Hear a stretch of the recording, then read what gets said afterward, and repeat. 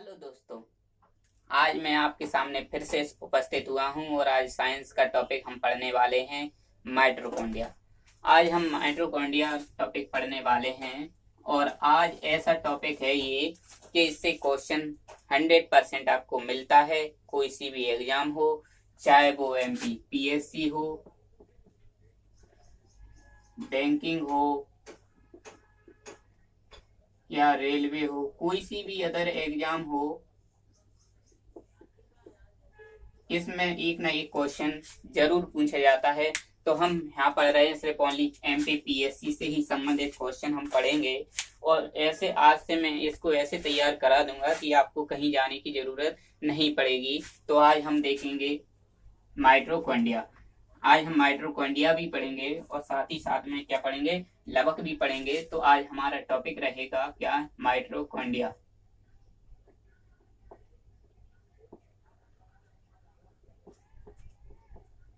आज हमारा टॉपिक रहेगा माइटोकॉन्ड्रिया और माइटोकॉन्ड्रिया से जितने भी क्वेश्चन बनेंगे हम उनको सॉल्व करेंगे। तो आज हम देखते हैं कि माइटोकॉन्ड्रिया क्या है, इसके बारे में क्या क्या कहा गया है, क्या क्या विद्वानों ने कहा है। तो आज हम देखते हैं। तो सबसे पहले इसकी खोज किसने की है, तो सबसे पहले हम इसको खोज देखेंगे। पहले लिखेंगे या प्रारंभिक खोज लिख सकते हैं, प्रारंभिक खोज या सबसे पहले खोज। सबसे पहले खोज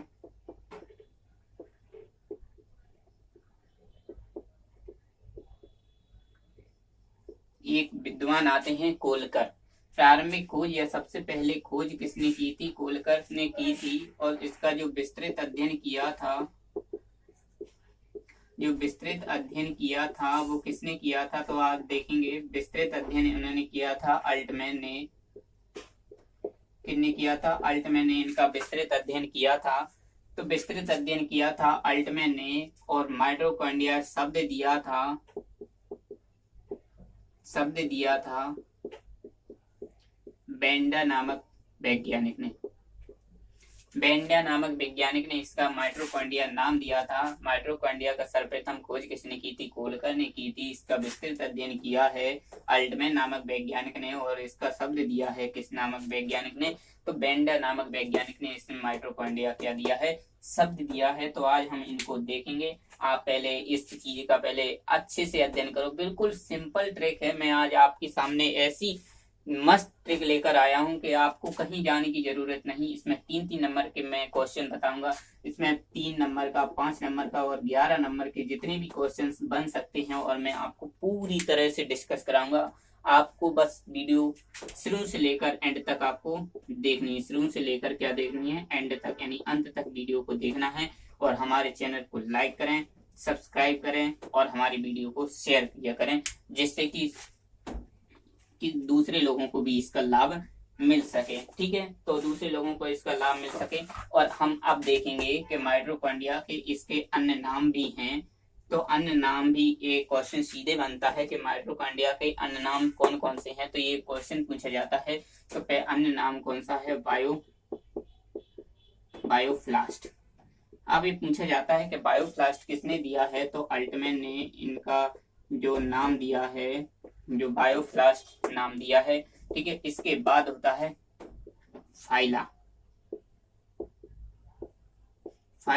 अन्य नाम क्या है, बायोफ्लास्ट हुआ है वो अल्टमैन ने दिया है, जबकि जो फाइला शब्द है वो किसने दिया है, फ्लेमिंग नामक वैज्ञानिक ने इनका नाम दिया है। ठीक है, आपको ये समझ में आ गया होगा। देखो, हमने प्रारंभिक खोज देख ली, कोलकर ने विस्तृत अध्ययन देख लिया, अल्टमैन ने शब्द दिया है बेंडा ने, और इसके अन्य नाम कौन है, बायोफ्लास्ट दिया है अल्टमैन ने, और फाइला शब्द दिया है फ्लेमिंग नामक वैज्ञानिक ने। ठीक है, तो अब देखो ये तो क्या हो गया, हम इसको पहले 3 नंबर में बाद में लिखेंगे, पहले इनको हम पूरी तरह से हम इनको समझेंगे क्या चीज है। ठीक है, तो ये देखो ये हो गया।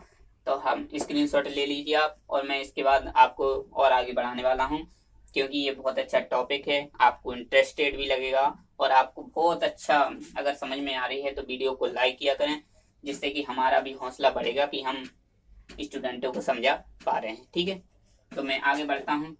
ठीक है, इसको क्लीन कर दें। अच्छा, मैंने इसको क्लीन कर दिया। अब मैं इसको देखता हूँ कि माइटोकॉन्ड्रिया में क्या होता है। तो इसमें क्या होता है,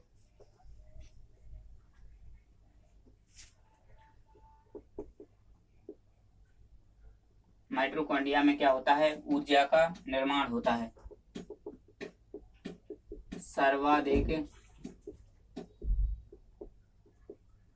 सर्वाधिक ऊर्जा का निर्माण होता है। अगर निर्माण तो होगा, माइटोकॉन्ड्रिया में सर्वाधिक ऊर्जा का निर्माण होगा, मगर होता किस रूप में है हमें पता होना चाहिए कि जो सर्वाधिक ऊर्जा का निर्माण हो रहा है माइटोकॉन्ड्रिया वो किस रूप में हो रहा है। तो वो या निर्माण होता है या फिर जो भी किस रूप में होता है, तो एटीपी के रूप में संचित होता है। अब मान लो कि एटीपी के रूप में संचित होता है, तो अब पीएससी में क्वेश्चन पूछा जाता है कि एटीपी का फुल फॉर्म क्या है। तो इसका फुल फॉर्म देखेंगे, फुल फॉर्म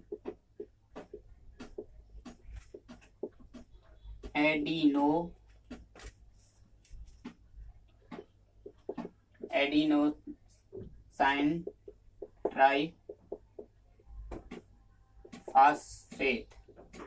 इसका फुल फॉर्म क्या होता है, एडिनोसाइन ट्राइफॉस्फेट इसका फुल फॉर्म होता है। तो आपको अगर पसंद आ रही है तो चैनल को लाइक किया करें। सर्वाधिक ऊर्जा का निर्माण होता है एटीपी के रूप में, इसका फुल फॉर्म क्या हो गया, एडिनोसाइन ट्राइफॉस्फेट हो गया। ठीक है, इसको क्या कहते हैं, माइटोकॉन्ड्रिया को क्या कहा जाता है, कोशिका का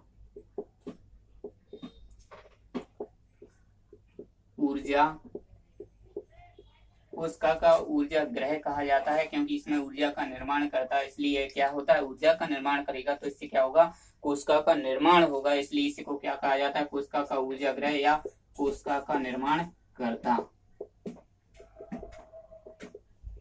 कोशिका का क्या करेंगे, निर्माण करता, यानी ये क्या कर रहा है, कोशिका का क्या कर रहा है, निर्माण करता है। और इसे यानी जो एटीपी है इसको क्या नाम दिया जाता है, कोशिका की ऊर्जा करेंसी। कोशिका की ऊर्जा करेंसी, ऊर्जा करेंसी इसको अन्य नाम से भी जाना जाता है। ठीक है, यानी देखो माइटोकॉन्ड्रिया में सर्वाधिक ऊर्जा का निर्माण होता है, एटीपी के रूप में ऊर्जा क्या होती है, संचित रहती है।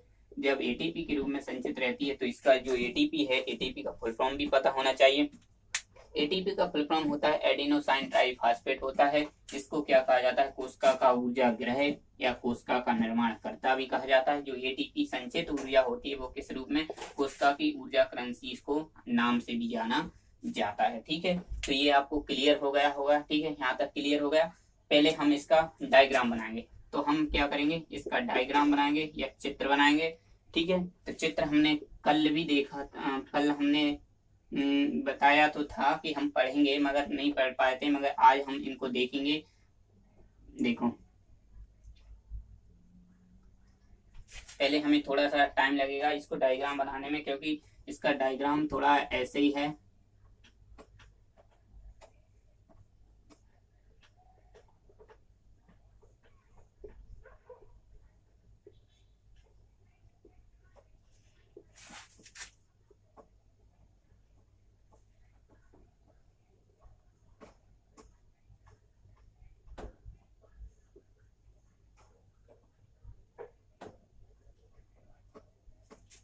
ठीक है, ये बन गया शॉर्ट नोट्स है, मतलब ये मतलब मैंने बना दिया है, थोड़ा सा डिफरेंस हो।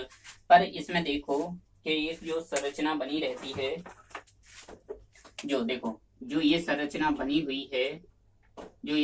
बनी हुई है, इसको हम साइंस की भाषा में कहते हैं, क्या कहते हैं, ऑक्सीसम के नाम से जाना जाता है।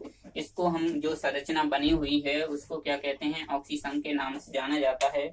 और जो ये जो संरचना होती है, ये वाली जो सेकंड वाली जो संरचना होती है उसको नाम दिया जाता है क्या, क्रिस्टी। क्या नाम दिया जाता है, क्रिस्टी। ये जो संरचना गोल जैसी संरचना दिखेगी वो, मतलब इसको याद करने का तरीका क्या है, यानी गोल है, यानी ओ बन रहा है, ओ यानी होता है ऑक्सीजन, सम होता है, ये क्या बनेगा ऑक्सीसम। अगर नाम भूल जाए तो समझ लो ये होता है जो सेकंड वाली संरचना होती है उसको क्या नाम दिया जाता है, क्रस्टी। जो देखो जो अंदर वाली है तो इसको क्या बोलते हैं, आंतरिक झिल्ली, आंतरिक झिल्ली के नाम से जाना जाता है।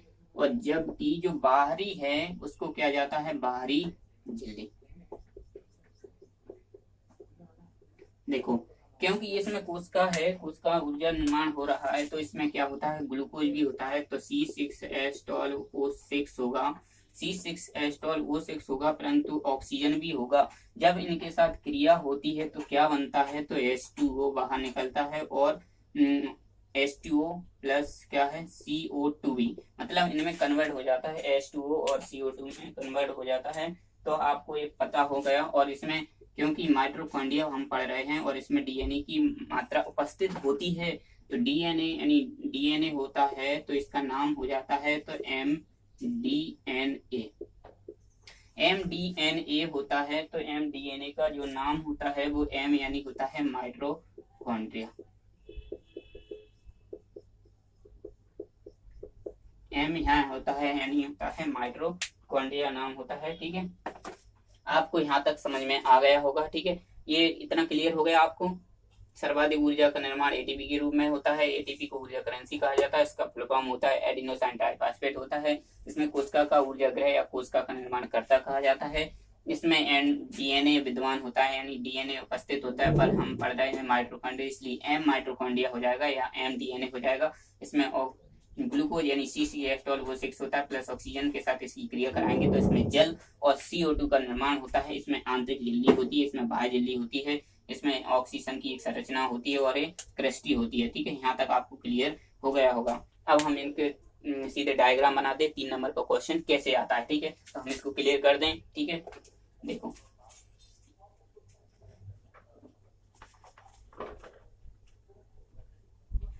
समझ में आ गई आपको। ठीक है, अब इसको सीधे हम क्या लिखेंगे, डायग्राम से बना के चलेंगे। तो देखो माइटोकॉन्ड्रिया,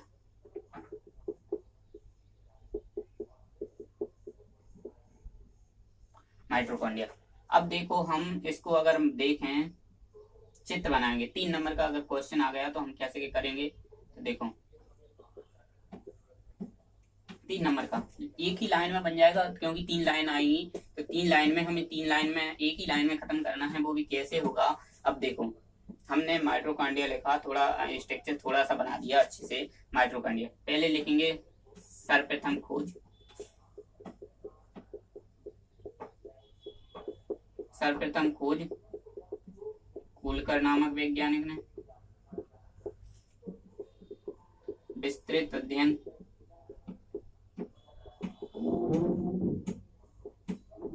विस्तृत अध्ययन करना अल्टमैन ने, विस्तृत अध्ययन सर्वप्रथम खोज कुलकर ने, विस्तृत अध्ययन हो गया अल्टमैन ने। और इसका बोलेंगे नाम, नाम दिया है किसने, बेंडा ने। अब देखो इसके अन्य नाम भी लिख सकते हैं, अन्य नाम, अन्य नाम, अन्य नाम क्या क्या होंगे, तो कोशिका का ऊर्जा ग्रह, ऊर्जा ग्रह या पावर हाउस भी बोल सकते हैं, पावर हाउस भी बोल सकते हैं। ठीक है, इसमें कोशिका का ऊर्जा ग्रह हो गया। ठीक है, बायोफ्लास्ट, फाइला, ये इसके अन्य नाम हो गए। ठीक है,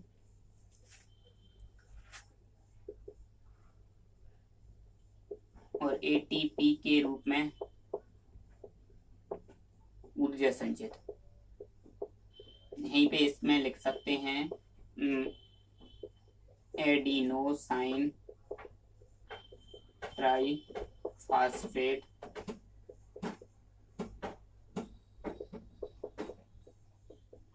एडिनोसाइन ट्राइफॉस्फेट हो गए, मतलब इसको शॉर्ट लिख सकते हैं। ठीक है, तो ये मैंने लिख दिया है। ये 3 नंबर का क्वेश्चन आपको तैयार हो जाएगा। और आप कितने शब्द हो गए, देखो 1 2 3 4 5 6 7 8 9 10 यानी 10-15 शब्द हो जाएंगे, मतलब 15 शब्द अपनी लिमिट हो जाएगी, इतने से ज्यादा हमको नहीं लिखना है और 3 नंबर का ये क्वेश्चन बन जाएगा।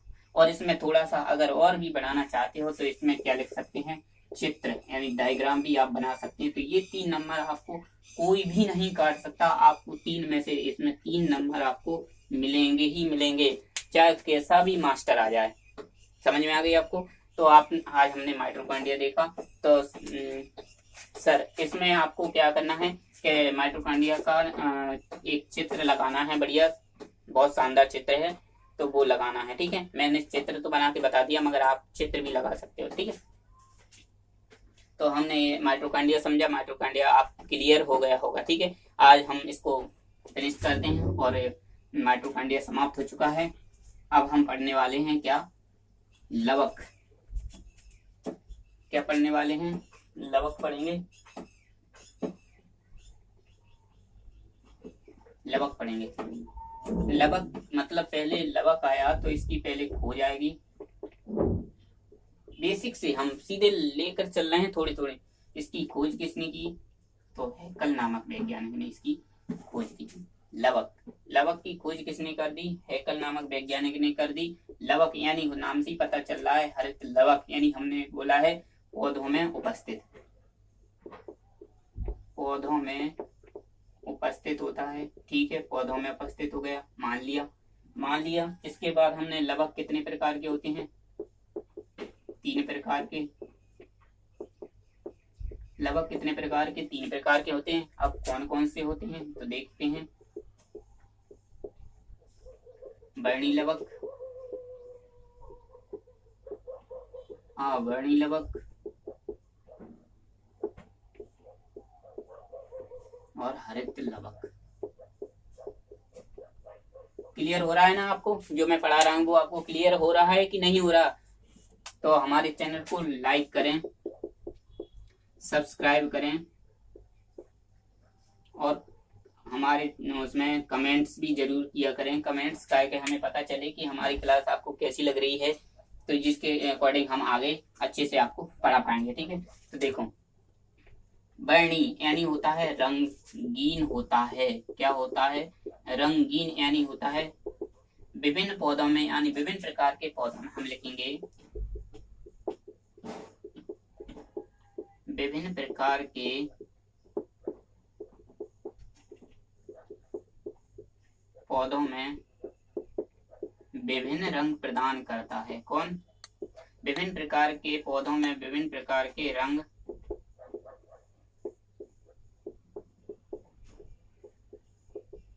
प्रदान करता है, क्योंकि ये क्या है, रंगीन है। रंगीन मतलब कलर ही कलर होंगे, इसमें क्या होंगे, रंगीन में कलर ही कलर होते हैं। जितने भी पौधे होते हैं उनमें सब में क्या होता है, ये रंग प्रदान करता है। ये समझ में आ गया। अवर्णी यानी होता है रंगहीन।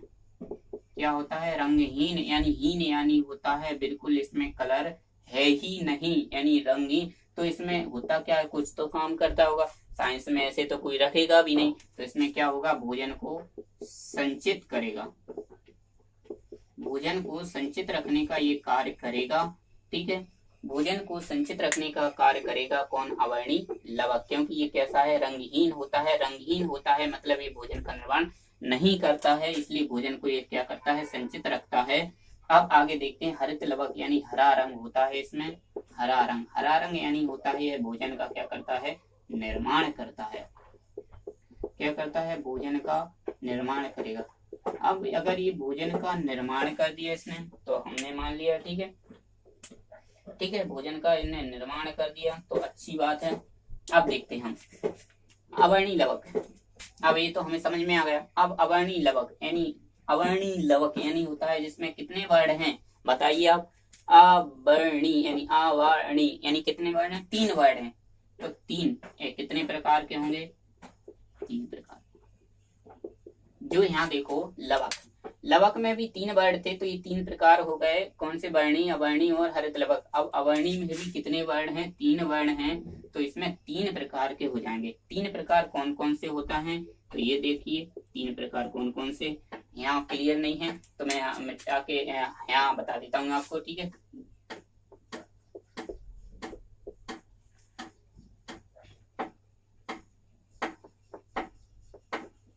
एल्यूरोफ्लास्ट,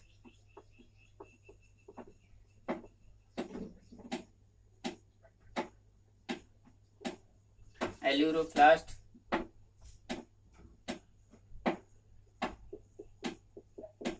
एमाइलोप्लास्ट, इलियोप्लास्ट।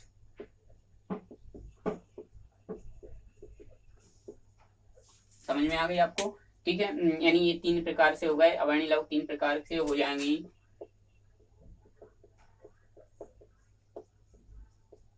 कौन कौन से हो गए? एल्यूरोप्लास्ट, एमाइलोप्लास्ट और इलियोप्लास्ट हो जाएंगे। ये 3 वर्ड हो जाएंगे। तो अब इनको मैं थोड़ा क्लियर कर देता हूँ, इसमें थोड़ा इनको सेपरेट करना पड़ेंगे। तो देखो, हमने यहाँ पे इसको हटा दिया, इसको हमने हटा दिया। तो अब देखते हैं, देखो जो एल्यूरोप्लास्ट होता है, एल्यूरोप्लास्ट होता है, एल्यूरो यानी होता है ये आर आ रहा है, यानी इसको ध्यान से समझो, ये बेहतरीन ट्रिक है। रो यानी होता है, हमने पढ़ा है, एक होता है राइबोसोम, नाम से पता चलता है राइबोसोम। राइबोसोम एक आपने नाम पढ़ा होगा, जिसमें क्या होता है, प्रोटीन का निर्माण होता है, प्रोटीन का निर्माण करता है ये, मतलब रा आ रहा है, ठीक है, रा आ रहा है तो प्रोटीन का निर्माण होता है। तो रा इसमें भी आ रहा है, देखो इसमें आ रहा है तो नहीं आ रहा, इसलिए रा, इसको इसलिए हम अगर भूल जाएं तो कैसे याद रख सकते हैं, तो मैंने बता दिया था, यानी राइबोसोम। तो इसमें भी क्या होगा, प्रोटीन को क्या करेगा, प्रोटीन को क्या करेगा, संचित रखेगा, प्रोटीन को संचित रखेगा। अब प्रोटीन को संचित तो इसने रख लिया, ये होता है एमाइलोप्लास्ट। एमाइलोप्लास्ट में क्या होता है, ये होता है, क्या होता है, ये स्टार्च को संचित करता है, ये स्टार्च को संचित करता है, क्योंकि ये एमाइलोप्लास्ट है। और इलियोप्लास्ट में क्या होता है, वसा का संचरण। ठीक है, तो आज हमने क्या क्या देखा है, तो वो हमें आप पहले से देखो, ये अवर्णी लवक के 3 प्रकार हो गए, कौन से, एलियोप्लास्ट, एमाइलोप्लास्ट और इलियोप्लास्ट होगा। जिसमें एल्यूरोप्लास्ट में यानी यानी रा रहा है, तो इसमें प्रोटीन का संचलन यानी प्रोटीन का संचेत होगा। और एमाइलोप्लास्ट होगा, ये स्टार्च का संचरण होगा। और इलियोप्लास्ट यानी होता है वसा का प्रकार होगा। तो आज हमने इनको देखा है। अगर आपको वीडियो अगर अच्छी लगी है तो पूरे मन से आप शेयर कीजिए, लाइक कीजिए और कमेंट्स में लिखकर बताइए कि आपको ये वीडियो कैसी लगी है।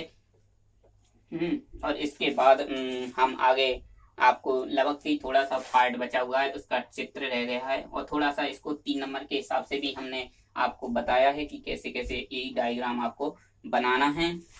ठीक है, इसी के साथ आज की हम क्लास यहीं पे समाप्त करते हैं। ठीक है, धन्यवाद।